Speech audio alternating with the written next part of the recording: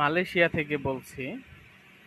আমার প্রাণপ্রিয় আমার বাংলাদেশি ভাইয়েরা, কলিং খোলার কথা আহ, বার্তা চলতেছে, ঠিক আছে। কেউ অগ্রিম টাকা পয়সা কাউকে দিয়েন না। হ্যাঁ, টাকা পয়সা দিয়ে বছরের পর বছর ঘুরেন না, ঠিক আছে। যখন কলিং খুলবে তখন আপনারা শুনতে পারবেন, জানতেও পারবেন, হ্যাঁ, লোক ঢুকতেছে। তো আহ, তখন হ্যাঁ, টাকা পয়সা দিয়েন, টাকা পয়সা দিয়ে কেউ প্রতারিত হবেন না।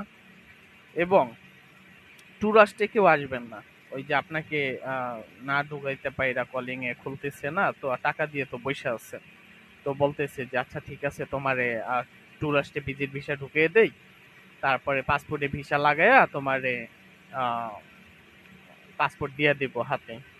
তো পাসপোর্ট যদি হাতে দিয়া দেয়, ভিসা লাগাইয়া দিব, ঠিক আছে, আপনার নিরাপত্তা আছে, আপনি ঘুরা ফিরা কাজ করতে পারবেন, ঠিক আছে। কিন্তু আপনি তো ঢুকতেই পারবেন না। প্রথমত বাংলাদেশ এয়ারপোর্ট আটকাবে।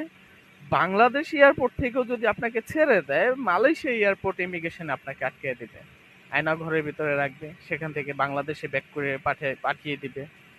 হ্যাঁ, তো আপনার শুধু শুধু হয়রানি কেন হবে? দরকার নাই, ট্যুরিস্টে আসার দরকার নাই। আর বর্তমানে মালয়েশিয়ার অবস্থা খারাপ, ধরপাকড় চলতেছে। মালয়েশিয়া কেউ আইসেন না, টাকা পয়সা কাউকে জমা দিয়েন না। হ্যাঁ, আর আহ, যখন কলিং খুলবে এক নাম্বারে আসেন, ভালো থাকবেন। হ্যাঁ, কিন্তু ওই ট্যুরিস্টে ভিজিট বিষয়ে এইসব আইসেন না, এইসব আইসেন না, শান্তি পাইবেন না, ঠিক আছে। ওকে, আল্লাহ হাফেজ।